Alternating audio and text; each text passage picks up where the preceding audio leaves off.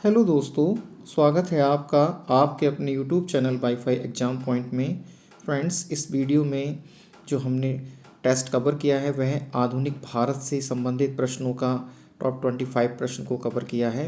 आप इस टेस्ट के माध्यम से अपनी तैयारी को चेक कर सकते हैं कि आप किस हद तक तैयारी कर चुके हैं। आप किसी परीक्षा को दे रहे हों, ये टेस्ट सभी परीक्षा के लिए इम्पोर्टेंट है। ये टेस्ट आरओ एआरओ के लिए भी बहुत इंपॉर्टेंट है, पीसीएस के लिए भी इम्पोर्टेंट है और आपके जूनियर सुपर टेट के लिए भी इम्पोर्टेंट है। तो चलिए दोस्तों, देखते हैं। अगर आप हमारे चैनल पर पहली बार आए हैं फ्रेंड्स, तो आप इसको सब्सक्राइब कर लें और बेल के आइकन को प्रेस करके उस पर ऑल वाले बटन को क्लिक कर दें, जिससे हमारी आने वाली सभी वीडियो की नोटिफिकेशन आपको सबसे पहले मिल सके। तो चलिए दोस्तों, देखते हैं पहला प्रश्न। पहला प्रश्न है, निम्नलिखित में से किस महिला क्रांतिकारी ने दीक्षांत समारोह में अपनी उपाधि डिग्री यानी उपाधि को ग्रहण करते समय अंग्रेज गवर्नर पर गोली चलाई थी? तो चलिए दोस्तों, दीजिए आप कमेंट के रूप में इसका आंसर, जिसका आंसर होगा बीना दास। बीना दास ने अपनी डिग्री ग्रहण करते हुए अंग्रेज गवर्नर पर गोली चलाई थी। प्रश्न नंबर 2, 1857 ईस्वी में निम्नलिखित क्रांतिकारियों में से किसका वास्तविक नाम रामचंद्र पांडुरंग था? तो किसका नाम था दोस्तों? ये थी तांतिया टोपे, यानी बी आंसर इसका सही होगा। और तांतिया टोपे जो थे वो नाना साहब के कमांडर इन चीफ थे। नेक्स्ट है प्रश्न नंबर 3, आज़ाद हिंद फौज के अधिकारियों के उनके लाल किले में चल रहे मुकदमे में उनके पक्ष से निम्नलिखित में से किसने वकालत की थी? किसने वकालत की थी? तो ये थे सर टीबी सप्रू। इसका आंसर होगा डी, सर टीबी सप्रू। यानी सर टीबी सप्रू जो थे, तो इनका आज़ाद हिंद फौज के जो अधिकारियों का मुकदमा चल रहा था उनकी वकालत करने के लिए सर टीबी सप्रू ने वकालत की थी। नेक्स्ट है 4 नंबर, 1907 ईस्वी के भारतीय राष्ट्रीय कांग्रेस के सूरत के वार्षिक अधिवेशन के अध्यक्ष कौन थे? 1907 के, तो दोस्तों इसके थे राष्ट्रीय जो कांग्रेस का सूरत में वार्षिक अधिवेशन हुआ था, उसके जो अध्यक्ष थे आपके रास बिहारी बोस। यानी कौन थे? रास बिहारी घोष थे, जिनका आर बी घोष भी बोलते हैं। ये इसका आंसर हो जाएगा डी। कौन सा होगा? डी। नेक्स्ट है 5 नंबर, कि निम्नलिखित में कौन एक सही सुमेलित है?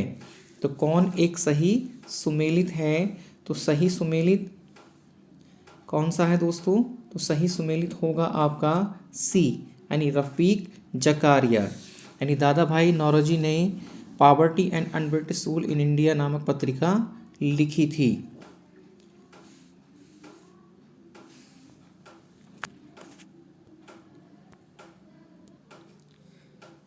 ठीक है दोस्तों, इसका आंसर होगा सी।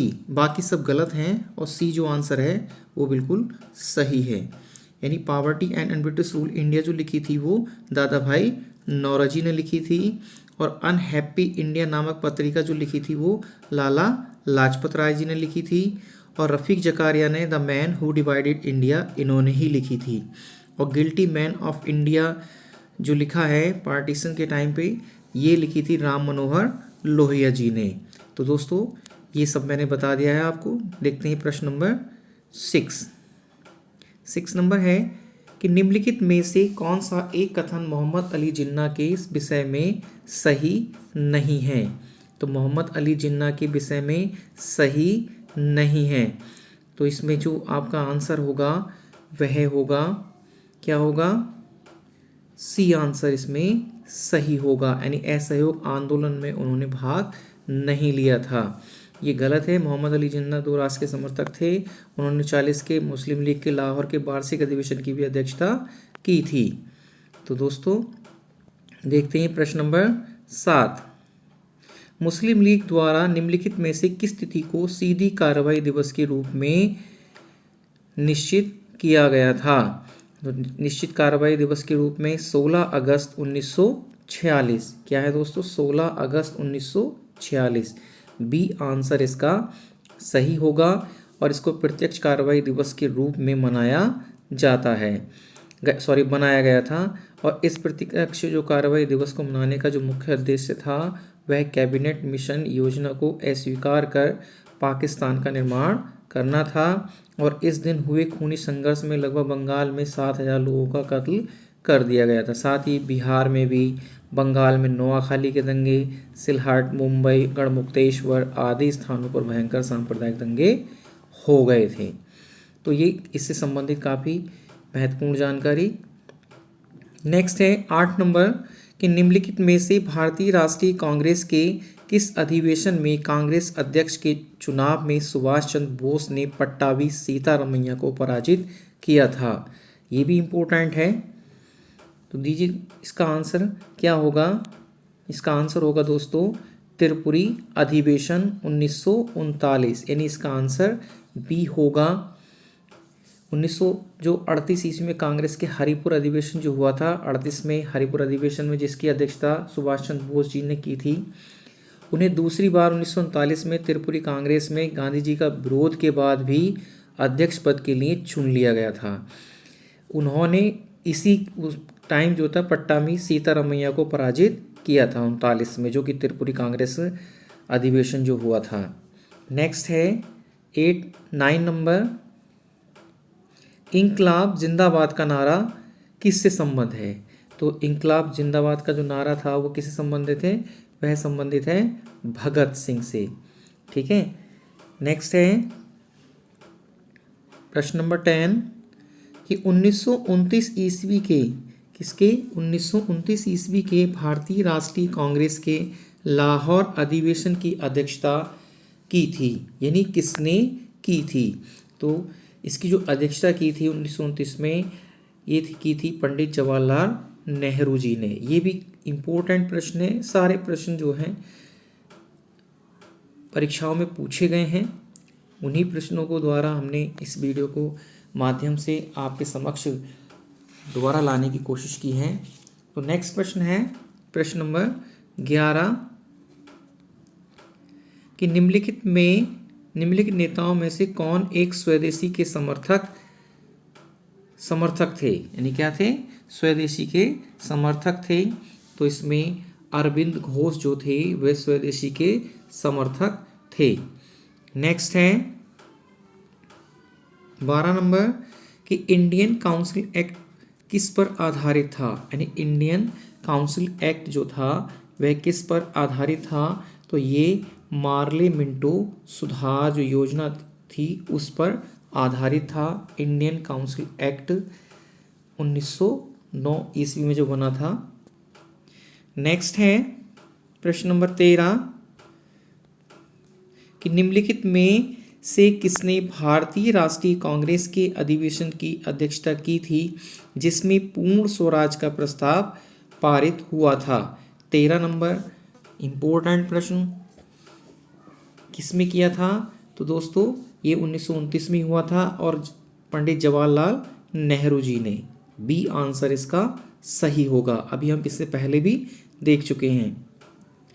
नेक्स्ट है 14 नंबर कि निम्न आंदोलनों में से किस एक के साथ अरुणा आसफ अली का संबंध भूमिगत कार्यकलापों की महिला संगठनकर्ता के रूप में था? यानी भूमिगत महिला संगठन के कार्यकर्ता के रूप में था। तो ये था अरुणा आसफ अली जो 1942 में हुआ था आपका भारत छोड़ो आंदोलन। कौन सा था? इसका आंसर होगा दोस्तों सी, भारत छोड़ो आंदोलन में। नेक्स्ट है 15 नंबर, निम्नलिखित में से किस एक ने सुभाष चंद्र बोस को देश नायक कहा था? यानी सुभाष चंद्र बोस को देश नायक कहा था। किसने कहा था? रविंद्रनाथ टैगोर ने। सी आंसर इसका सही होगा। रविंद्रनाथ टैगोर ने शांति निकेतन में सुभाष चंद्र बोस को भारतीय राष्ट्रीय कांग्रेस का 1938 ईस्वी में अध्यक्ष बनने के बाद में, जो कि आपके हरिपुर में हुआ था, बनने के बाद देश नायक की उपाधि दी थी। महात्मा गांधी ने उन्हें देशभक्तों का देशभक्त, यानी महात्मा गांधी ने कहा था उनको देशभक्तों का देशभक्त। और देश नायक की जो उपाधि दी थी वह रविन्द्रनाथ टैगोर ने। तो ये आप डिफरेंस दोनों में याद रखें, कभी कभी पूछ लेता है वो। निम्नलिखित में से 16 नंबर है, निम्नलिखित में से किस एक ने 1916 ईस्वी में लखनऊ में आयोजित भारतीय राष्ट्रीय कांग्रेस के वार्षिक अधिवेशन की अध्यक्षता की थी? तो 1916 में जो लखनऊ में आयोजित हुआ था तो उसकी अध्यक्षता की थी AC मजूमदार ने। तो इसका आंसर होगा दोस्तों डी। कौन थे वे? AC मजूमदार ने। नेक्स्ट है, और इसी में ही जो आपके गरम दल, कांग्रेस के गरम एवं नरम दल में एकता स्थापित हुई थी 1916 में ही, जो कि विभाजन हो गया था कांग्रेस का 1907 सूरत के अधिवेशन, जो उस सूरत में कांग्रेस का विभाजन हुआ था, और 16 में दोनों जो नरम और गरम दल थे वह एक हो गए थे। नेक्स्ट है 17 नंबर कि कांग्रेस के किस अधिवेशन में कांग्रेस एवं मुस्लिम लीग एवं कांग्रेस के गरम एवं नरम दल में एकता स्थापित हुई थी? तो वह हुई थी कौन से में? लखनऊ अधिवेशन में। सी आंसर इसका होगा। नेक्स्ट है 18 नंबर, ये कौन सा, सॉरी दोस्तों, ये होगा वह कौन सा, कौन सा यानी वह कौन सा क्षेत्र था। तो आप इसको वह कर लें, यह ना है दोस्तों, यहाँ पे वह होगा। वह कौन सा क्षेत्र था जहां बाबा रामचंद्र ने किसानों को संगठित किया था? तो वह क्षेत्र था अवध। कौन सा था? अवध, उत्तर प्रदेश। अब 19 नंबर, किस वर्ष स्वामी विवेकानंद ने विश्व धर्म संसद में भाग लिया था? तो ये भी इम्पोर्टेंट है, 1893 ईस्वी में। कब लिया था? 1893 ईस्वी में। और कहाँ पर लिया था? शिकागो में, संयुक्त राज्य अमेरिका में, वर्ष 1893 ईस्वी में। और इन्होंने वहाँ पर धर्म संसद भाषण देकर देश का नाम जो था गौरवान्वित किया था। नेक्स्ट है 20 नंबर, वह कौन थे जिन्होंने इंडिपेंडेंट लीग की स्थापना की थी? तो वह कौन थे? तो ये थे इंडिपेंडेंट लीग की स्थापना की थी। इंडिपेंडेंट लीग की स्थापना रास बिहारी बोस जी ने। तो इसका आंसर होगा सी, रास बिहारी बोस जी ने इंडिपेंडेंट लीग की स्थापना की थी। नेक्स्ट है, ये क्या था इसके संबंधित देख लेते हैं कि विदेश में स्थापित था ये वाला रास बिहारी बोस द्वारा। जापान की राजधानी कहाँ पर स्थापित की? जापान की राजधानी टोक्यो में। ठीक है, इसकी जो स्थापना हुई थी कहाँ पर? जापान में, यानी देश से बाहर। नेक्स्ट है 21 नंबर कि किस गवर्नर जनरल ने दास प्रथा को समाप्त किया था? ये प्रश्न तो आप देख चुके होंगे, इसका आंसर कमेंट के रूप में आप दे सकते हैं, और आप चेक करते चलें कि हमारे कितने प्रश्न सही हो रहे हैं। 21 नंबर है, किस गवर्नर जनरल ने? तो लॉर्ड विलियम बेंटिक ने, यानी इस क्वेश्चन में क्या था? लॉर्ड विलियम बेंटिक ने, यानी बिल्कुल सॉरी दोस्तों, वो सती प्रथा है, सॉरी ये दास प्रथा है, यानी दास प्रथा को किसने समाप्त किया था? तो ये लॉर्ड एलनबरो ने। किसने? Lord Ellenborough. सॉरी दोस्तों, वो थोड़ी सी मिस्टेक हो गई, ध्यान से, लॉर्ड एलनबरो ने। तो आप इसको जरूर याद कर लें कि दास प्रथा और सती प्रथा में अंतर है। नेक्स्ट है 22 नंबर, निम्नलिखित में युग में कौन सा सुमेलित नहीं है? यानी सुमेलित नहीं है। तो ये सुमेलित नहीं है, डी इसका आंसर सही होगा। इसका आंसर नायक, ताना, भगत, बाकी सब ठीक हैं और ये गलत है। 23 नंबर है कि वह कौन सी जगह थी जहां अखिल भारतीय किसान सभा का पहला अधिवेशन हुआ था?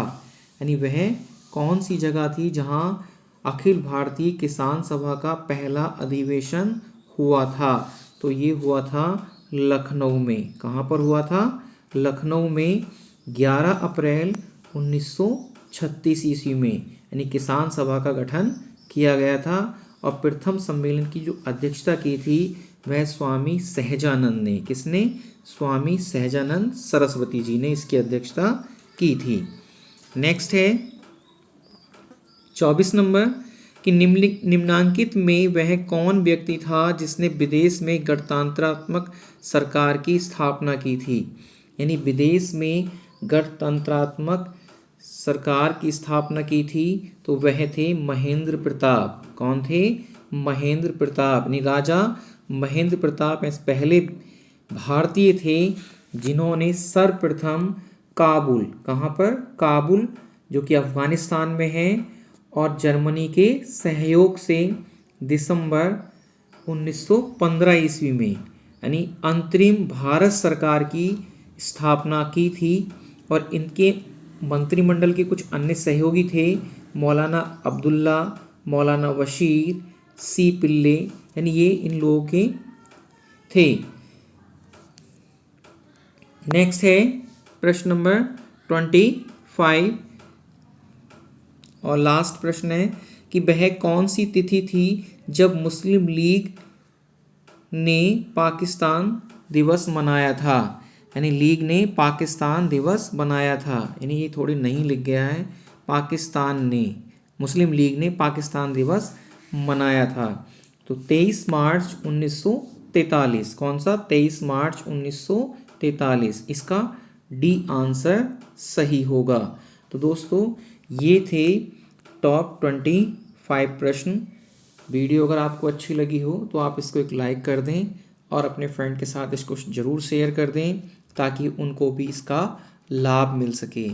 और फ्रेंड्स, आप जो वीडियो लाइक करते हैं तो उसको हमको एक मोटिवेशन मिलता है जिससे हम और अच्छी वीडियो आपको प्रोवाइड करा सकें।